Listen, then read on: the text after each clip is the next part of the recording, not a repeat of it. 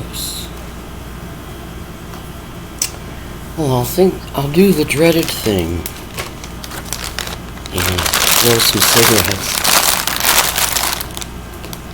I don't have that many left, and I don't remember if I have 2 packs in there or 3.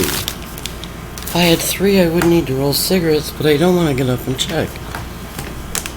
So, I will roll some.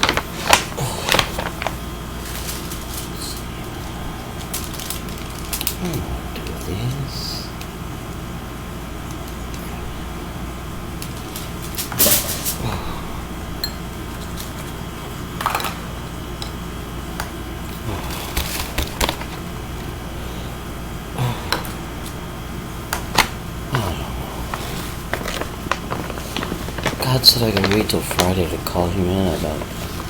I've tried to cancel my premium dental policy since March. And billing hasn't canceled. They're still deducting, well, they were deducting it from my Social Security, $44.70 a month. And now they're sending me, they sent me a coupon book to pay it every month on my own instead of having it deducted from Social Security. And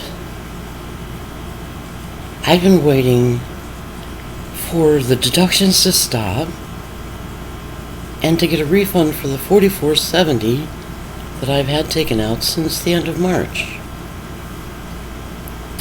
It's not an active policy, and I owe the dentist money anyway, and I can't go to him even with the policy. It's not as good as I thought it was, or that the dentist's office told me it was, so I owe them $600 for things they didn't catch when they first submitted the claims. And so I accumulated, a debt with them when I paid my copays and squared up every time I visited. It was all done. And then all of a sudden I get a bill for like $729. It's like, where'd that come from? They had the dental plan coverages in their computer at the dentist. Your plan covers this, your copay is this, I paid it. And then all of a sudden they come up with $729 something extra that I owe.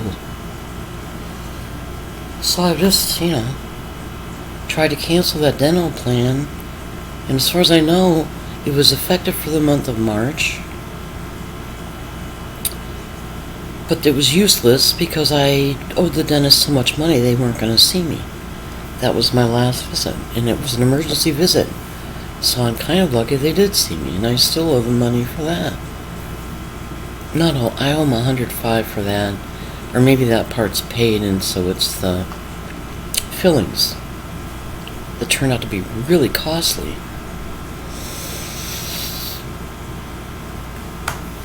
Let me roll some cigarettes.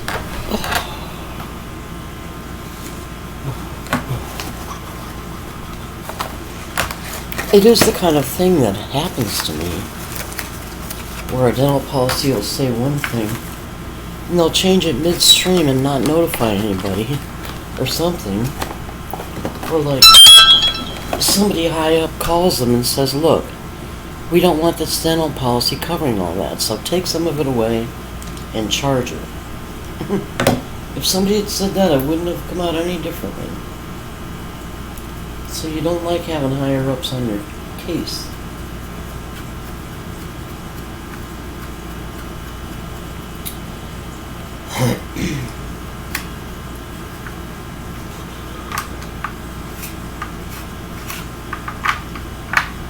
I was not butting into anybody else's religion.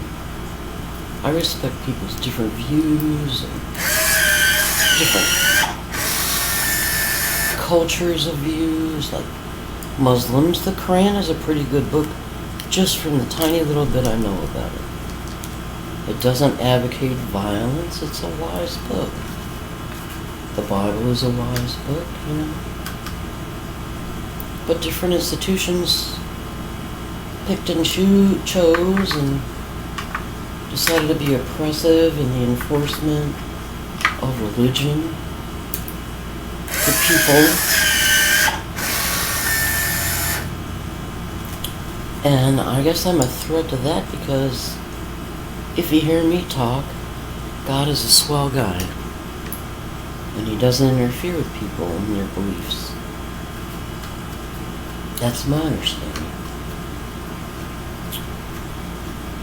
And I guess it actually does turn out to be true, because the God of my understanding really was the man who was Jesus. And the Bible attributes Jesus as saying,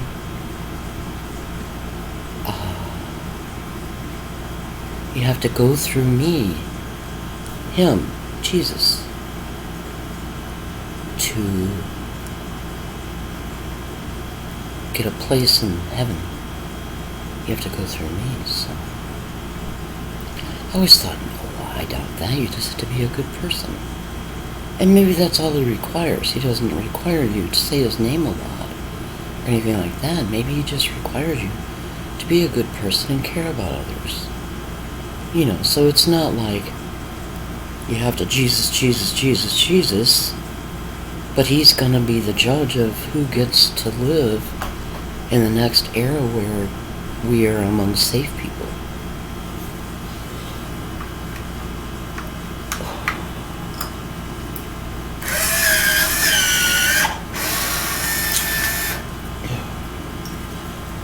Personally, I think the Jews have a beautiful religion and a beautiful culture.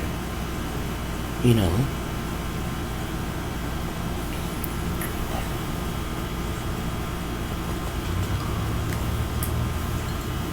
I don't know how God feels about the Jews rejecting Jesus. Or some of the Jews, you know, the Sadducees. I don't know how God feels about that.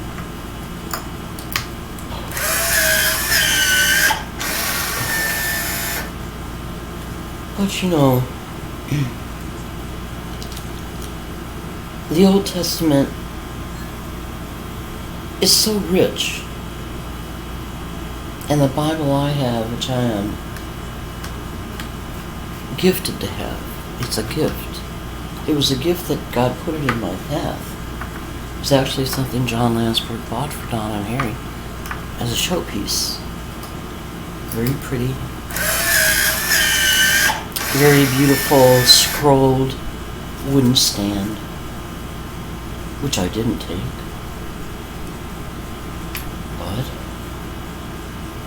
I went and took it off its place on the television and kept it. And nobody came to take it from me. So it's been with me all these years, and in fact, I think it's the only thing I have left. It's been with me since I was a young woman. You know, since the time of my terrible trials. I don't even have my onyx pinky ring anymore. I have my Bible. I think it's the only thing I have.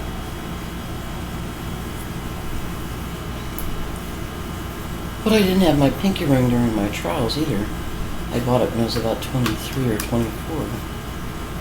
I saw a man's onyx pinky ring set in gold in a jeweler window, and went in and asked them if they could make one for a woman. And he did, and it was quoted a price, and when I went back to pay for it, he tried to raise the price, and I showed him the receipt and the estimates, and he had to honor the price he had given me, and I think I paid $124 for it. And it was quite beautiful, quite a lot of gold, and an oval onyx.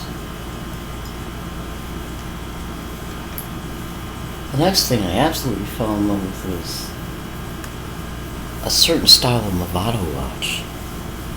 I don't think I'd ever heard of Movado, but I was downtown Miami, just looking in windows and stuff, and this watch took my hold. Oh my God, it was so beautiful. course, it was like $2,000 or something. Not exactly in my budget, though. It was a moment. It was a black Movado watch with, I think, a diamond.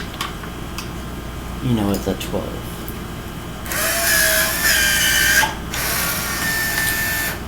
A black watch with gold.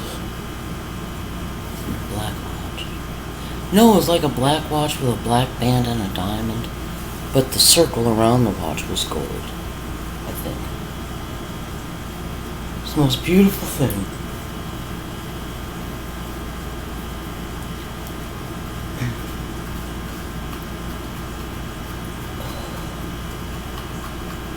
I've looked for it in whatever they have online for Movado, like catalogs or whatever. But I haven't seen the exact one. And this was back in like 78 or 79 that I saw it, so.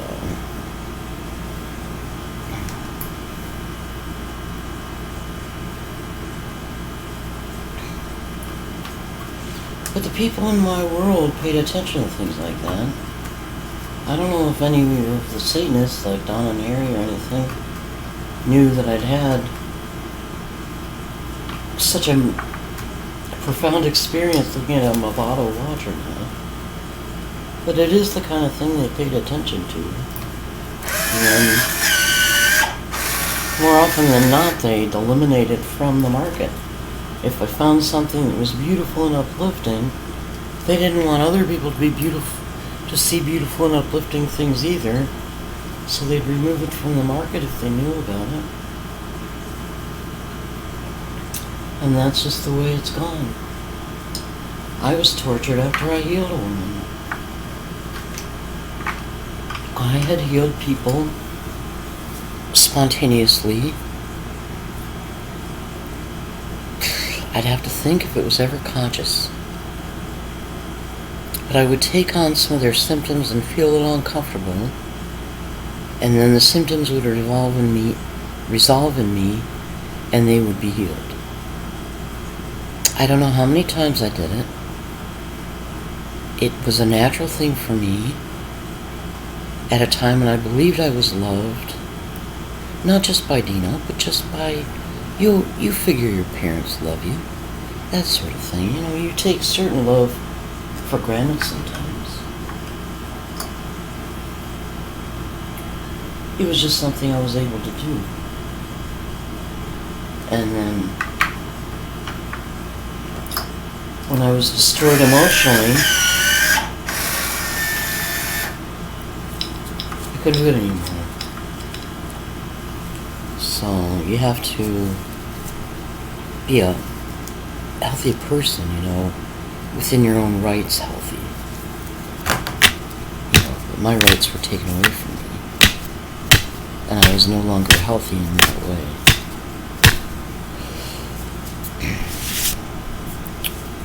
I rolled 3s.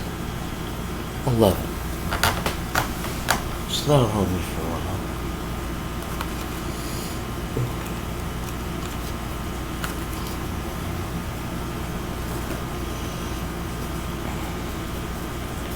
I don't know how long that took, but it wasn't long. And it sure saves a lot of money. I can get a 3-month supply of tobacco in tubes for about $60, including shipping. In the last several months I've been paying, I think I've been buying 3 cartons a month at $55 a carton. So it's $165 plus about $15 tax. It's like $180. So for 1/3 of that, I can get 3 times more. And it all makes sense, but it's just so easy to open a pack of cigarettes and smoke it. And you have to pause and think and all that kind of stuff when you're rolling cigarettes, so. It's worth it, but you have to have them.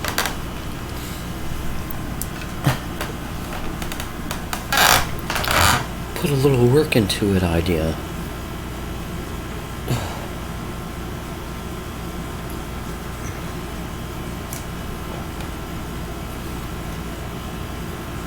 God started smoking. I don't know if he was a smoker when he was my boss. I never saw him smoke. He knew I was a smoker. I didn't tell him, but one night he told me I could take out the trash and stay out there for a cigarette. And I thought, how nice. Usually people give you lectures about those things. And he just said, well, go ahead and have a cigarette while you're out there. I was like, thanks. Thanks a lot.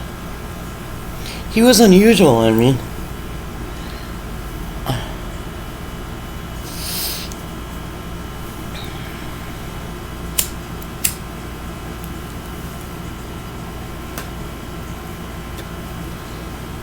I felt like such an idiot. I was honest, but in our interview, I told him, or my resume or my work history said that I had been assistant manager of the Fruit Bowl, in the late 70s. The first female assistant manager they had in the Fruit Bowl was a Hallmark card and candy shop. It was in Dadeland Mall in Miami. And he said, Laura, what would you do when you asked the employees, the people you were in charge of, to do something and they didn't? And my answer was, I would do it myself. And I thought, boy, is that not the kind of answer you're supposed to give in an interview? You're supposed to say, well, I would tell them this, I would do that, I would this and that. But the truth is, I would do it myself. If I asked them and they didn't do it, I would do it myself, and I wasn't mad about it.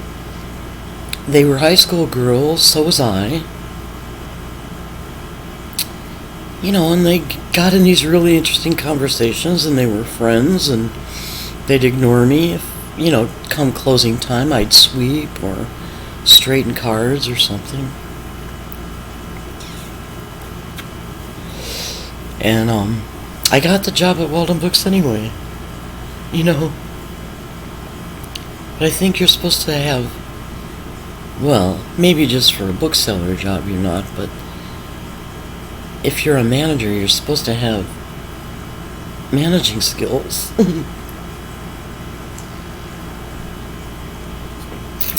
And of course I was just hired on as a seasonal employee. Mostly to be out by the calendar kiosk, which most people probably remember. Beautiful calendars, some of them very expensive. I don't know. I think $12, $14, $15, $16. I think that was the going rate, like $12. And that's a lot of money for a calendar when you can get them at the bank for free and stuff.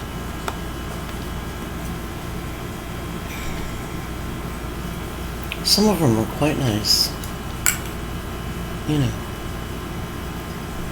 But I don't believe I ever bought one, even with a discount, and I don't remember how much a discount was.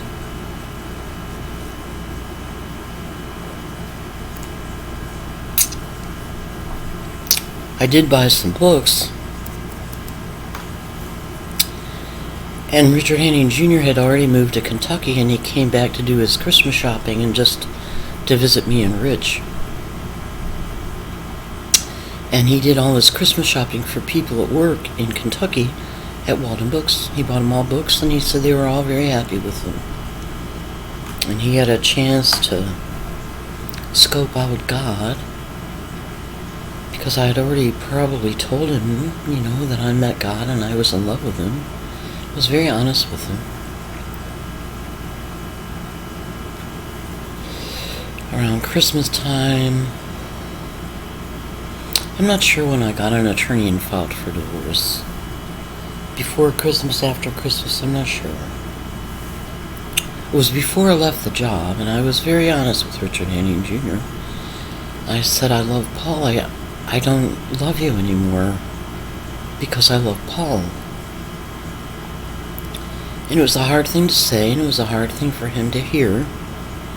And he cried once, quite movingly, and I was convinced, but it turned out he was a false man, and he was able to produce tears in a false way, and he intended to hurt me very badly with demonology. I suffered quite a bit at his hands in the astral plane. God was with me, actually protecting me from hearing the volume and pitch of the demon screams that Richard Henning Jr. used to give me in the astral plane. And when he was all exhausted, I would say, "Richard, are you done for today?" And talk to him like a human, because that's how I knew him. I didn't know what a demon was or how to talk to a demon, but he was Richard Henning Jr. to me. And it was horrible demon screaming. And I assume they were horrible insults, but none of it really registered because I was protected by God. And remembering the people that I interacted with who turned out to be evil, as they were as people, has been an important part of their emotional experience here in the astral plane. And at one point, not too long ago, I concluded so sending me was purposeful. Sending me particularly as a unique individual, the Bible calls me unique, was purposeful, because I may have been the only person able to just remember the human that I dealt with and how I felt like. Harry was suffering later in his years. He had emphysema. He had a hard time quitting smoking. He had to give up golf, which was very painful for him. He had to be on oxygen. He was weak. And I cared, about what he was going through. And I don't have to go through the whole story. He was on an HMO, he and Donna. A Medicare HMO. And it was at the time when HMOs were kind of new, and doctors had a certain budget they were allowed to spread around to their patients. And the doctor he had was very unsympathetic to Harry. Harry had a very difficult experience in Larkin Hospital. He wasn't helped. He was worse when he got out, and felt worse than when he went in. And I called the doctor and I said, "Isn't there more that can be done for Harry?" And he was pretty much of a horrible man, this doctor. He said, "Well, Harry did what he's going through to himself, one cigarette at a time, and he's getting the rewards of that." And I thought, what? How undoctorly to say that. So I didn't know what to do, and Richard Henning Jr.'s grandparents, mostly his grandmother, Edith Barron, had respiratory problems and asthma, and, she struggled with allergies, I think, and she couldn't be around smoke, so we never smoked around her.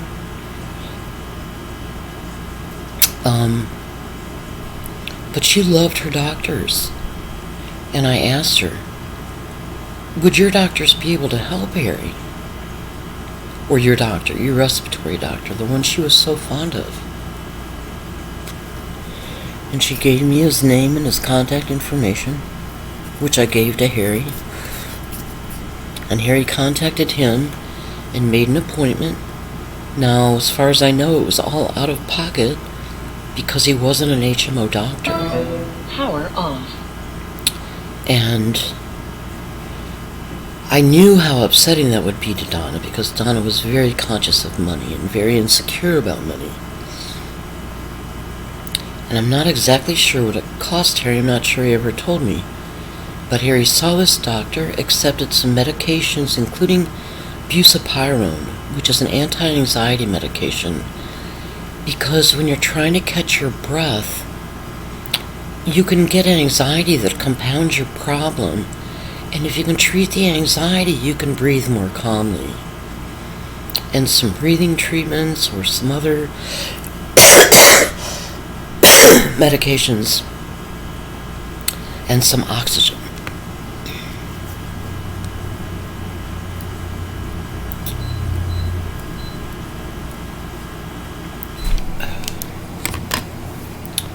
And it turns out that Harry was much more comfortable. He still didn't feel well. He still couldn't golf. But he was 120% better than he'd been when he got out of Larkin Hospital with that nasty fucking doctor. And I don't know. I did sincerely care about Harry. And at that point I knew he was a Satanist and a mind controller of children. And I knew that he had been one of my mind controllers, and I knew at that time that Donna tortured me quite badly. But as it turns out during this process, which I found out the last time I smoked pot, which is about 6 weeks ago now, I think, is that I am more frightened of Harry than anybody. I have been in my life, somewhere that I wasn't aware of, because in real life it translated into caring. And I don't think it was a deception on my part. Harry did seem a little more human than Donna. You know, he seemed to have some real emotions. And he was kind of out to trip me up and fuck up my life. But he was caring toward me sometimes. In small ways. And I really appreciated that because Donna wasn't. And the ways that Harry was caring toward me usually had to do with money, forgiving a debt, which he did. Giving me and Richard Hanning Jr. $20 when only the baby had food in the house. We didn't have food. Stuff like that. And Donna was very rigid about money.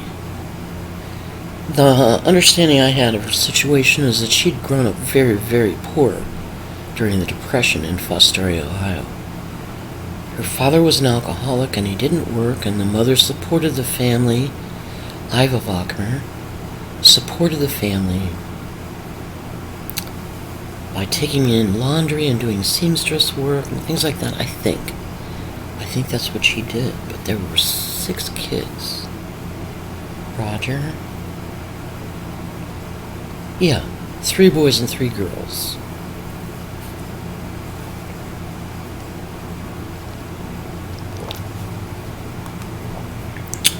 And I understand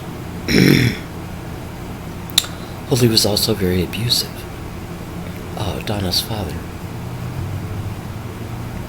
And later, I don't know, maybe I was in my 20s, I heard the story of Dora needing school shoes, and she went to Hoadley and said, I need $5 for shoes, I just need it, I can't get around it. And she was so bold, unlike what they usually were with Hoadley, that he gave her the $5 to get shoes for school. There may have been more to that story, but it was very bold of Dora to do that. And apparently it was very hard for them to stand up to Hoadley. And Hoadley died when I was 3, maybe. And then Iva Wagner died when I was 4, I guess. 4 or 5. So I didn't know them very well. Iva was pretty nice. She had really long hair. It was down to her butt. You know, gray and with streaks of black and very long. And I remember one time she visited us when we lived on Osborne Road, and She must have stayed in Mary's room because she was at Mary's little vanity dresser in Mary's partition part of the room. Ann and I had the other partition part.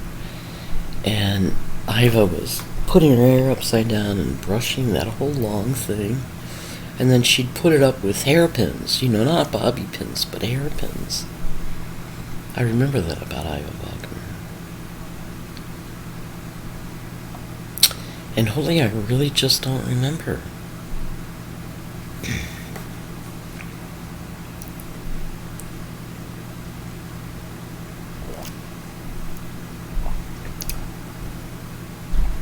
According to what I was told, Harry's family fared much better during the Depression. They were in Lakewood, Ohio, which is a suburb of Cleveland, or it's in the Cleveland area. And Grandma and Grandpa Landsberg took in boarders. And Harry said, as a sign of wealth, we always had butter. So that was a sign of wealth. So they fared better because they took in boarders during the Depression, so they had an income. And Harry was an insurance salesman, but I don't know how that went. Harry Sr. was an insurance salesman, but I don't know how that went during the Depression. When Holy was working, which I understand wasn't very much, I don't know what he did.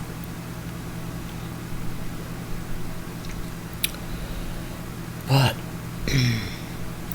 Donna had a lot of profound issues around money. And I remember growing up that I don't ever want to fear money that much.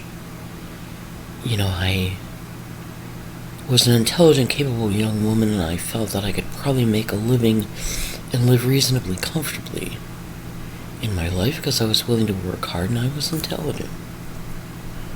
It didn't work out that way.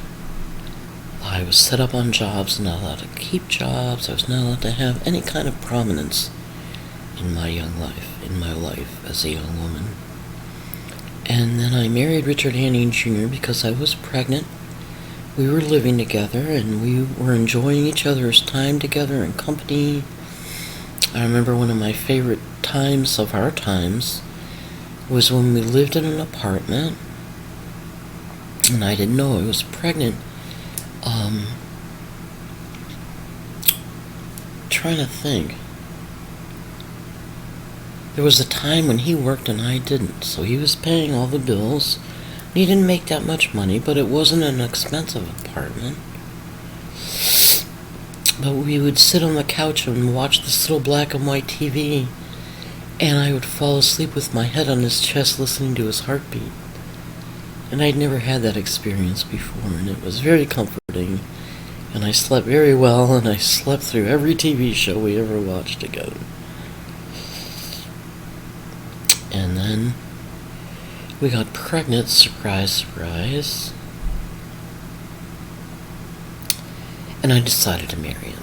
I wasn't going to marry him if I hadn't been pregnant, because relationships, in my experience, didn't last very long, and they usually ended badly. So I wasn't going to marry him. I believe he had asked me. But I was going to continue to live with him and see where the relationship went. But after a while, being pregnant, I decided, well, I'll agree to marry him, and I did.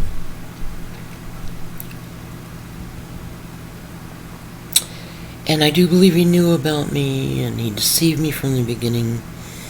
But I also believe there were times in our relationship that he also enjoyed. When I would fall asleep on his chest, stuff like that. I think he enjoyed some of our time together. And when the baby was young, he would get up on the weekends, working hard all week as a cable guy, as a service technician. And he would cook a big breakfast for me and Rich, I think every Saturday and Sunday. Biscuits and eggs and bacon and this and that and this and that. And it was like, what a treat. What a treat to have a man cook a nice big breakfast. You wake up, there's coffee and biscuits and eggs. it was very nice. And then he kind of stopped all that stuff,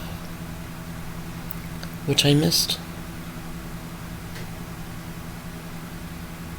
And then it was pretty much he was high maintenance for the rest of the time. Kind of demanding, kind of never thanking me for anything.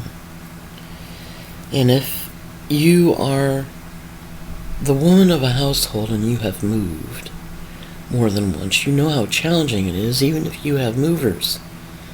I mean, there are just 18,000 things you have to do that you don't have to do in everyday life, but you have to do them when you move. And no matter how generous the company is that's moving you, it costs you $4,000 to $5,000 out of your pocket because you buy things you didn't take with you, like little waste baskets and little bath mats, or, things like that you never think of, but you just don't have them when you get where you're going. And you have to buy shit all over again.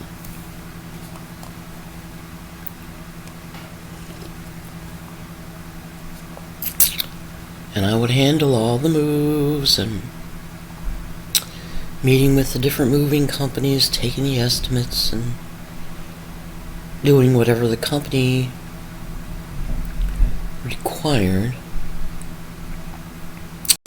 Because all but one move was paid for by a cable company. And there was 1 move, 2 moves, 3 moves, 4 moves, 5 moves, 6 moves, 7 moves in 14 years.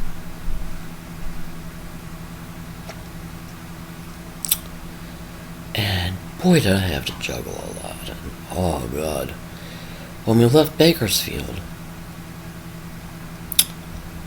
much against my wishes, in fact, we argued about it for 3 weeks, and I cried a lot. We'd only been in the house 3 months, and we were getting letters for second mortgages to pay for repairs, or to this or to that. And Richard Anning Jr. was seeing these $35,000 offers in the mail, and said, Laura, we can consolidate our debt with one of these second mortgages. He didn't have a good history of longevity at a job. And I didn't even think you should buy a house unless you plan to be there at least 5 years. Because you're setting up a household. You've got to stabilize. You've got to have some years to stabilize it. But we were 3 months into it and he wanted a second mortgage loan. And the last couple jobs he'd had only lasted 1.5 years each. And this one wasn't going all that great, because he said his boss was, not his boss's boss, but his boss was a drunk, didn't know what was going on, didn't do anything right, didn't pay attention right.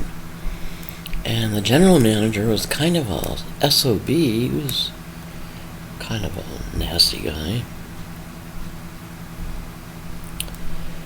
And the truth is, we bought the house because house payments for us were cheaper than what we could have rented in the area. So we bought the house to have house payments, monthly payments that we could afford. And it turned out to be a house that I just found love with sight unseen.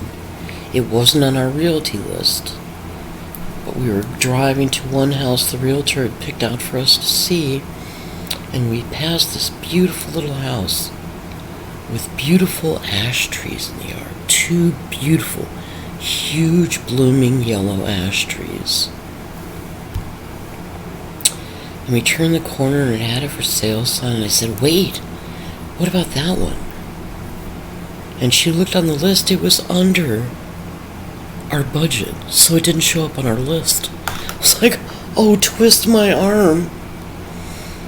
So, because I was terribly in love with it, we got it under our budget.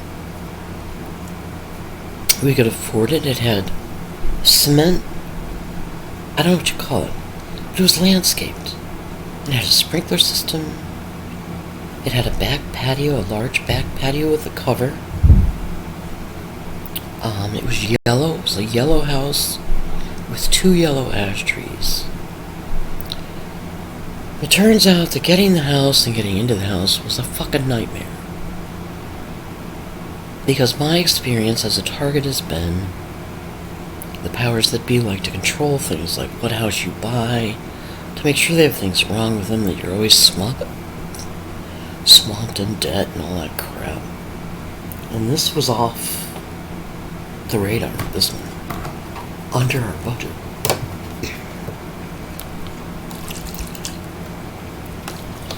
So as it turned out, it took the seller, we offered him his asking price, which is pretty good.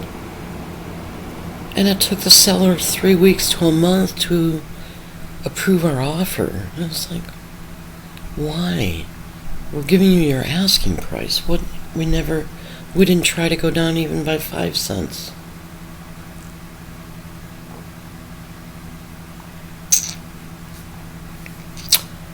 And then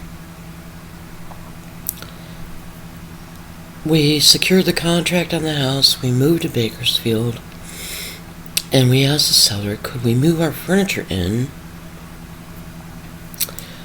before we have closed, while, with insurance and all that kind of stuff, just so Time Warner wouldn't have to pay for furniture storage, and then we could stay in a motel or something.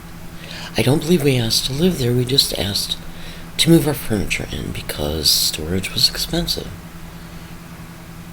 And the seller refused, so we had to go for a month with Time Warner Cable, paying storage for the furniture. They put us up at a Marriott Residence Inn. But I was an experienced mover, and these house hunting trips and waiting, for a house to close. Actually, this is our first house we purchased, or anything like that. We would go out for our meals. Maybe some coffee and maybe a quick breakfast at the Residence Inn, but for dinner at least we went out for our meals. I didn't buy groceries and prepare the meals. And the Residence Inn was quite expensive. The general manager pushed us to get into the house, which we couldn't do because we couldn't move the cellar. And it took us another 30 days to close on the fucking house. And cable companies are generally, they have a moving policy. They pay for up to 60 days of temporary housing. They pay for meals.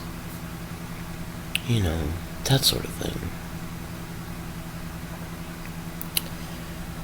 But Time Warner, a big company, this general manager didn't honor the benefits package that came with moving. He didn't like the Marriott Residence Inn bill. So, Richard, let's see, what was Rich doing there during the day? I'm trying to think if Rich was going to school or what. We had 30 days in Bakersfield before we could move into our home. So for those 30 days, I know Rich wasn't home and Richard Henning Jr. was working.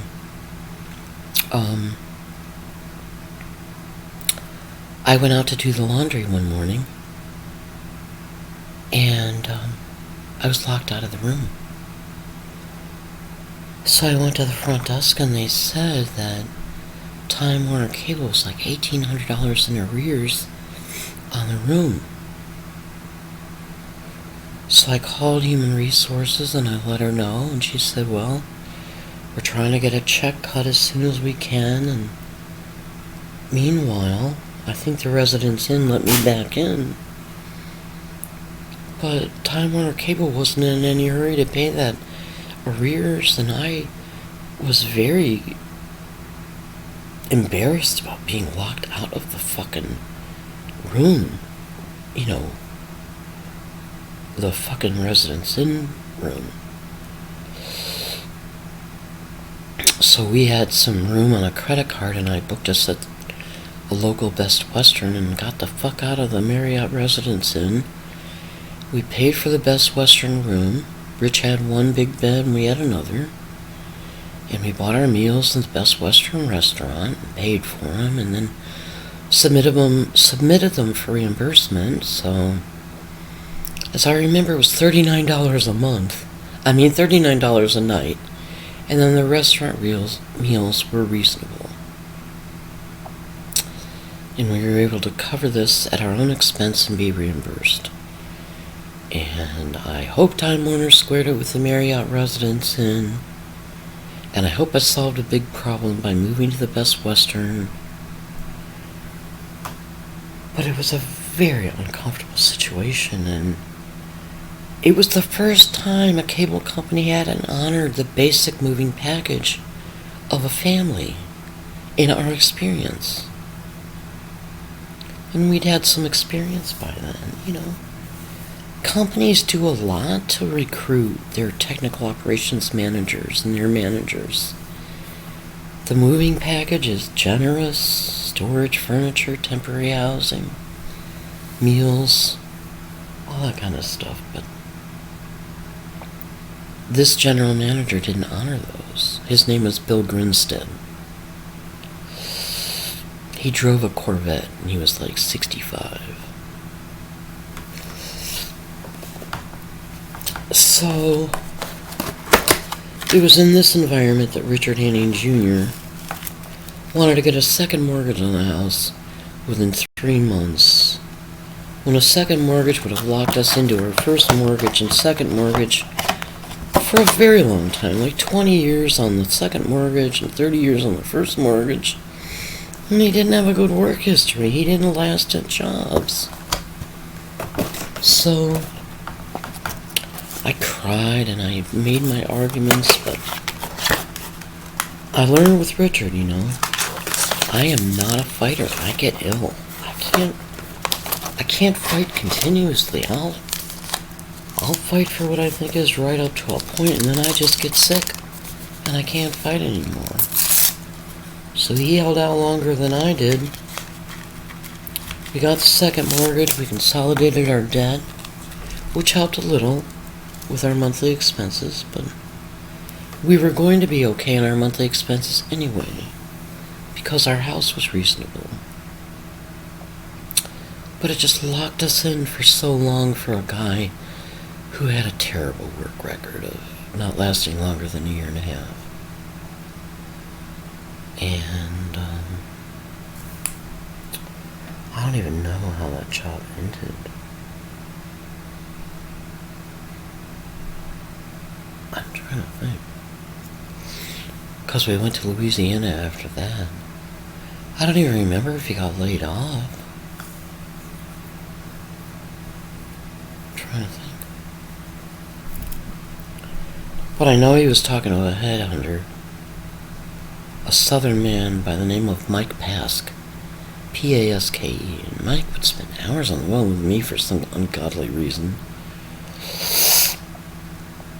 convincing me that this job in New Orleans with Cox Communications was heaven on earth, and all the secretaries I talked to love me, and Iris wants to give me a big hug, and all this kind of stuff. He lied through his teeth. We got to New Orleans, and Iris was like a snot shit, and all this stuff that he promised wasn't true. I can't for the life remember me, but we were only in Bakersfield from Halloween, which was an arranged closing date, because that is an important date to Satanists, of which my husband was one and I didn't know,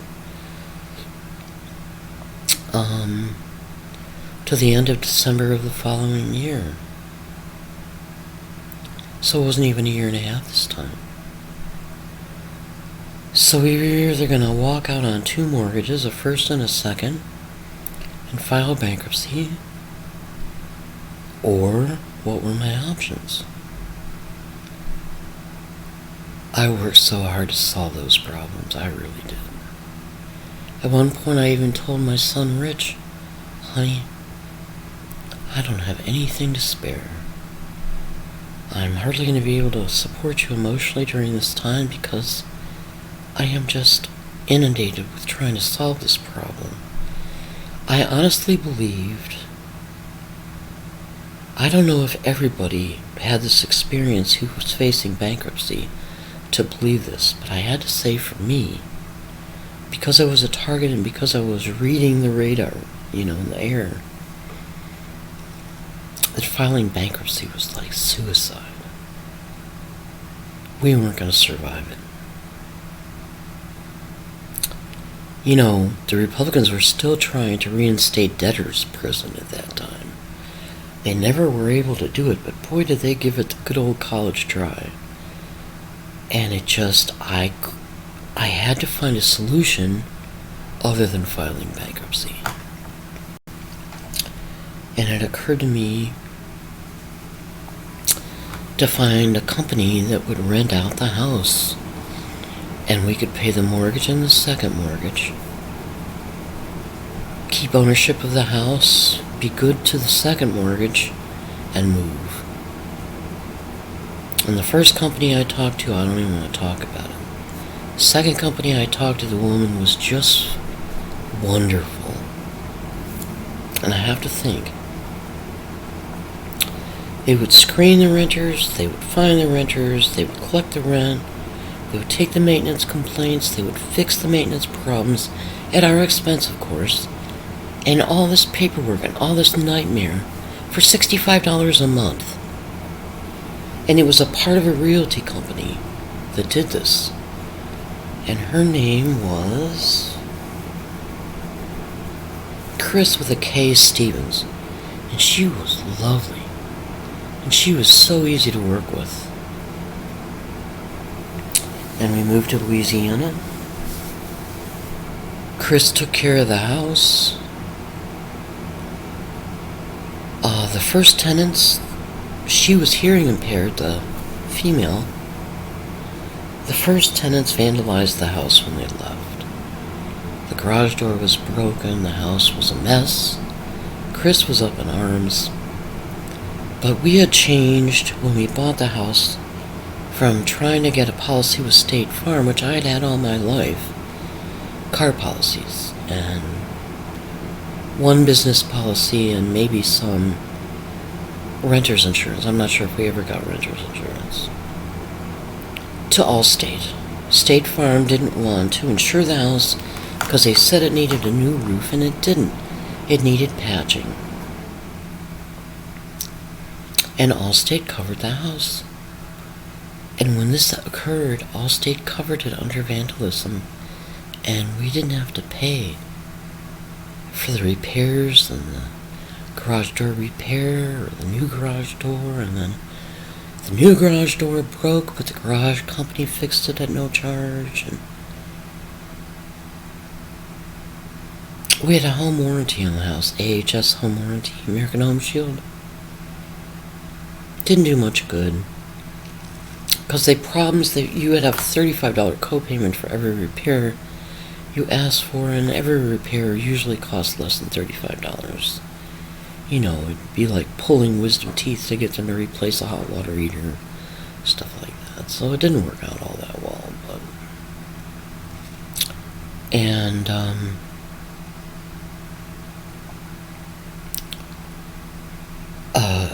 let's see. I'm trying to think how this went.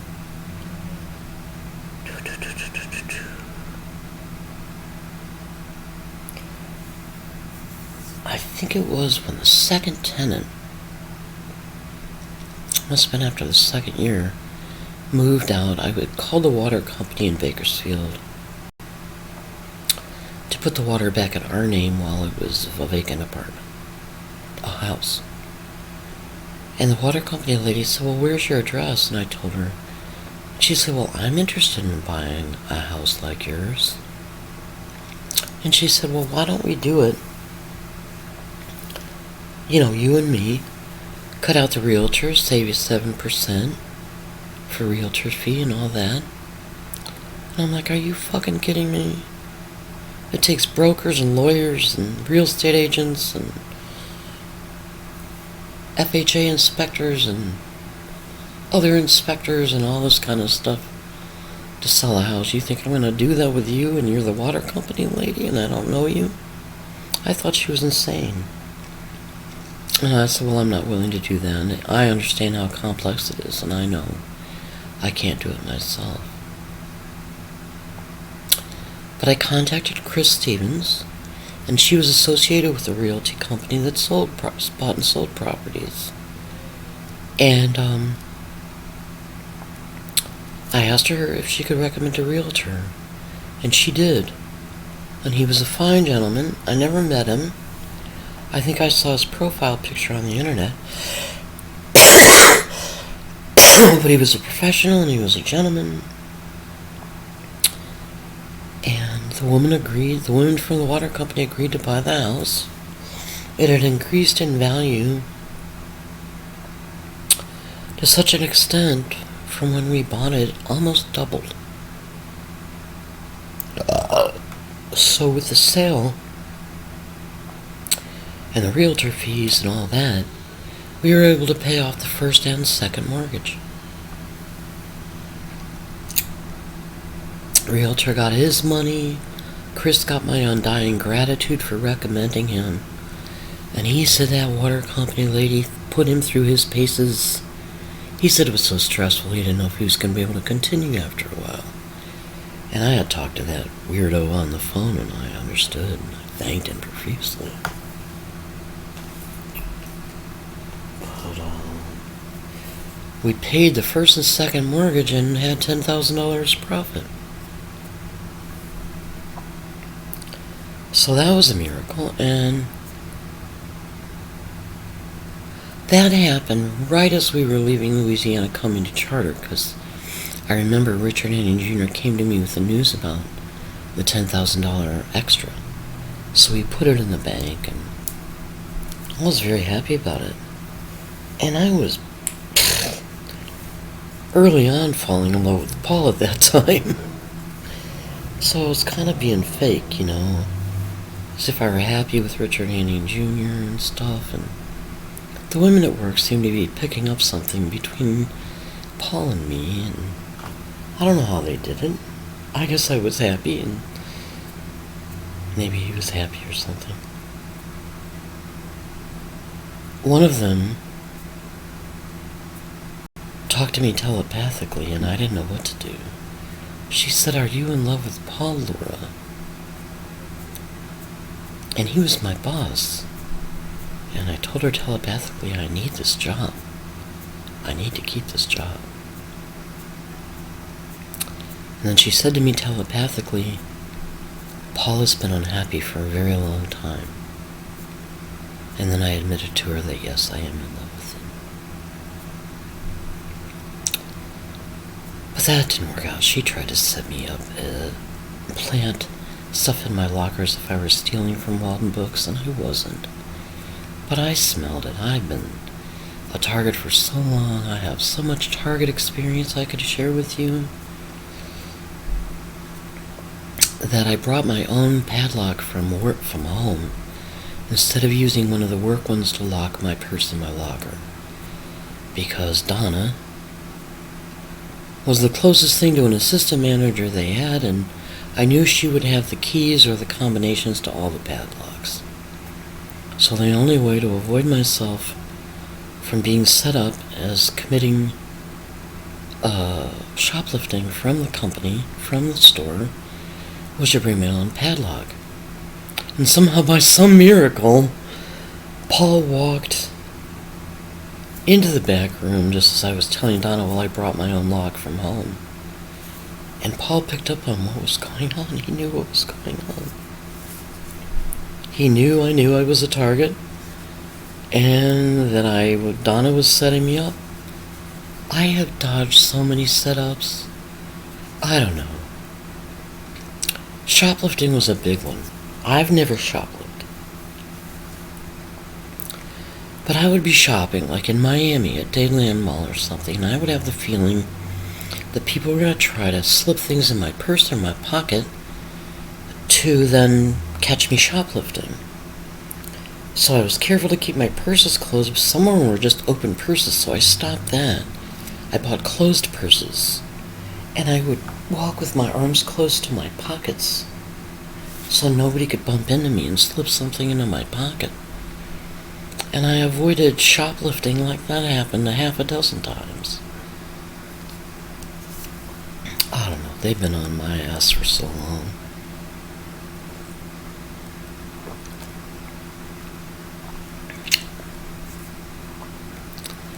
So I was able to avoid that being set up to be as if I were shoplifting by Donna Walden Books, which is what I call her because I don't know her last name.